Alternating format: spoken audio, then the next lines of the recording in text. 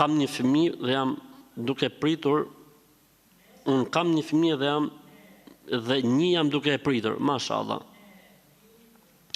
Mirë po gruaja po më thotë nuk du më pas këtij fëmijë tjetër, sepse është trupi im dhe unë vendos për trupin tim.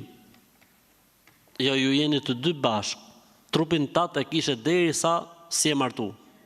U martove, tani është trupi jot dhe trupi burrit. Është njësoj se kur thot ty burrit gjatë, disi është puna, nuk do të bëjmë më marrëdhënie seksuale. Pse? Se harxoj energji, është trupi im.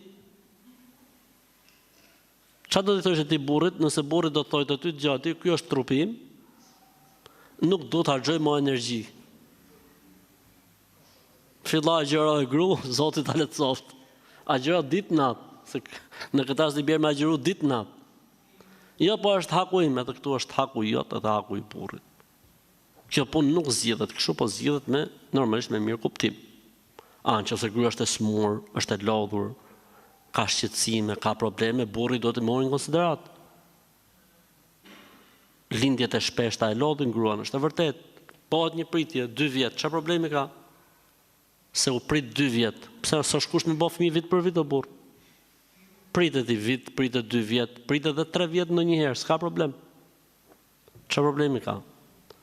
A mos që thot gruaja, jo, kaq, edhe unë s'du më, se di vetë se çfarë bëj, thot burri dakord. Bismillahirrahmanirrahim.